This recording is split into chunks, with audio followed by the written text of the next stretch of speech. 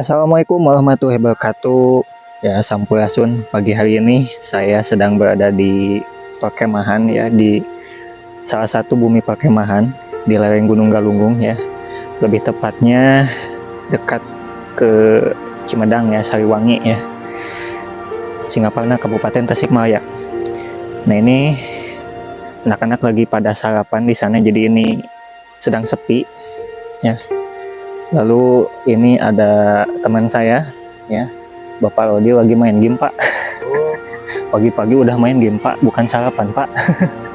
Pulangnya. Oke ya. Oh iya, hari ini hari terakhir ya.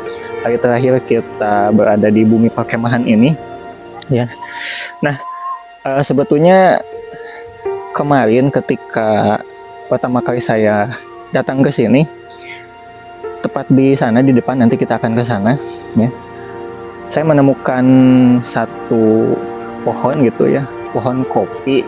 Awalnya dikira merambat gitu ya, tetapi ternyata si batangnya itu gede gitu ya. Nampaknya itu merupakan salah satu kopi peninggalan zaman dahulu ya. Bisa dimungkinkan itu sisa kopi dari zaman penjajahan Belanda ya. Nah, karena perlu sobat ketahui bahwasanya di belakang kita ini ya, agak ke sebelah sana sebetulnya ya, tuh anak-anak mau outbound ya.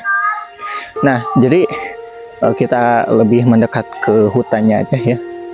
Nah, di belakang kita ini ya, itu ada beberapa pohon teh gitu ya. Kalau teh sebetulnya dulu sempat saya bikin video ya, video konten tentang daerah ini ya. Mungkin sobat semua kenal dengan salah satu tempat namanya itu Jayawati ya. Jadi Jayawati ini perkebunan teh zaman penjajahan Belanda gitu ya, yang pertama kali dibuka di lereng Gunung Galunggung itu tahun 1898. Jadi ini masih satu zaman dengan perkebunan teh yang ada di Sukajadi ya, masih di lereng Gunung Galunggung ya. Nah, jadi kalau Sukajadi tahun 1882 ya, kalau ini dibuka tahun 1898 ya. Nah, jadi kalau di sana itu ada beberapa pohon teh ya. Ada beberapa pohon teh. Nah, kalau tadi di sebelah sana itu saya menemukan salah satu pohon ya. Ada dua sebetulnya, tapi yang batangnya gede itu yaitu yang satu gitu, yang dekat gerbang masuk lokasi wisata perkemahan ini gitu ya. Itu pohon kopi ya. Pohon kopi, nampaknya pohon kopi tertua di sini gitu ya. Dan bisa dimungkinkan itu peninggalan zaman Belanda juga. Soalnya dulu Belanda yang buka usaha gitu ya, usaha perkebunan di sini itu menanam tanaman teh, kopi, dan juga kina ya. Kalau kina katanya di hutan sana gitu ya. Saya juga belum nemu ini apakah jejak kina masih ada atau tidak gitu ya. Agak sulit sekali ya. Dan ke sebelah sana itu lokasi Curug Cimedang ya, tempat main saya juga ya. Nah, nanti kita akan coba lihat ke sebelah sana ya. Di sebelah sana itu di dekat gerbang masuk gitu ya, itu ada salah satu pohon ya, pohon kopi yang kalau dilihat dari usia, dari diameter batangnya itu merupakan pohon kopi tua gitu ya. Usianya udah sangat tua sekali gitu, karena kan yang produktif itu usianya itu sampai 20 tahun kalau tidak salah ya.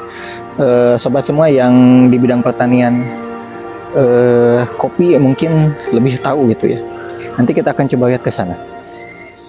Oke sobat semua, saya akan turun dari kawasan perkemahan ini ya. Oke, nah ini kita melewati kawasan ini, kawasan bumi perkemahan ya, yang lagi eksis nih. Nah, bentar lagi kita ke depan dan kita melewati pintu masuk ya dari lokasi bumi perkemahan ini. Nah, tepat di depan ya, atau di seberang dari bumi perkemahan ini ada satu pohon kopi ya, yang bisa saya katakan ini merupakan pohon kopi tua gitu ya. Kalau dilihat dari fisik batangnya gitu ya, tuh ya, sobat bisa lihat ya, ini batangnya sendiri udah lama gitu ya kelihatan, diameternya juga besar. Nah mungkin sobat semua yang tahu tentang tanaman kopi bisa melihat ini usianya berapa tahun gitu ya.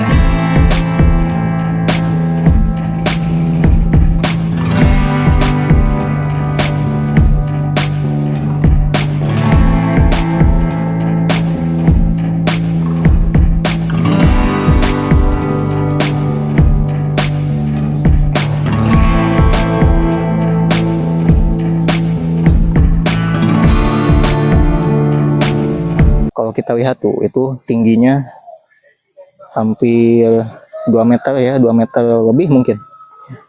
Terus juga ada beberapa yang tengah berbunga ya.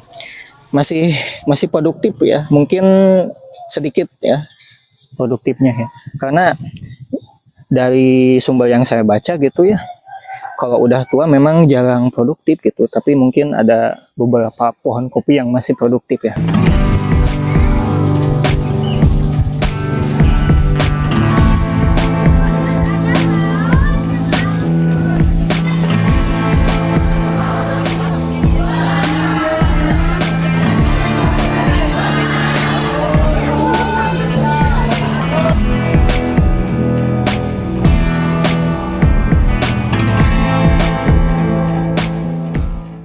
Nah, sobat semua, keberadaan kopi di daerah kita ya, yakni di Tasikmalaya, tepatnya di lereng Galunggung ini, itu tidak lepas dari kebijakan pemerintah kolonial Belanda saat itu ya. Lebih jauhnya, mungkin sobat semua pernah mendengar tentang sejarah kultur stelsel atau sistem tanam paksa ya. Yang mana saat itu daerah Priangan atau Jawa Barat termasuk daerah Singaparna ini tanahnya subur ya. Sehingga saat itu Belanda menggalakkan penanaman kopi besar-besaran ya. Nah, jadi Singaparna ini pernah menjadi penghasil kopi saat itu terbesar di masa penjajahan Belanda ya.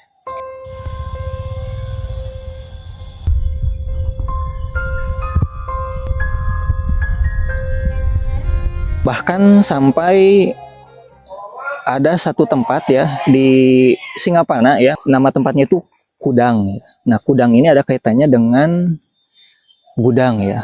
Jadi gudang ini tempat menyimpan komoditas kopi dan juga garam ya. Nah, untuk kopi sendiri nanti ditampung di sini ya, itu diambil dari beberapa tempat di Singaparna termasuk di lereng Galunggung ini ya. Untuk kemudian nanti diekspor ke negeri Belanda ya, ke Eropa ya, seperti itu ya. Nah, sisanya ya sekarang tinggal nama gitu ya. Jejak keberadaan dari Kudang itu sendiri ya. Nah, itu ya tentang pohon kopi yang kalau dilihat fisiknya itu usianya mungkin sudah tua gitu ya. Nah, termasuk juga yang ini ya. Ini yang kedua, tapi rasanya itu yang lebih besar diameternya gitu. Mungkin ini satu zaman juga ya. Nah, mudah-mudahan ini menjadi inspirasi buat sobat semua untuk terus menggali sejarah di daerah kita dan juga untuk mengenal lebih jauh tentang kekayaan daerah kita ya. Cukup sekian dari saya, Dio Topik Wadai. Wassalamualaikum warahmatullahi wabarakatuh. Sampurasun.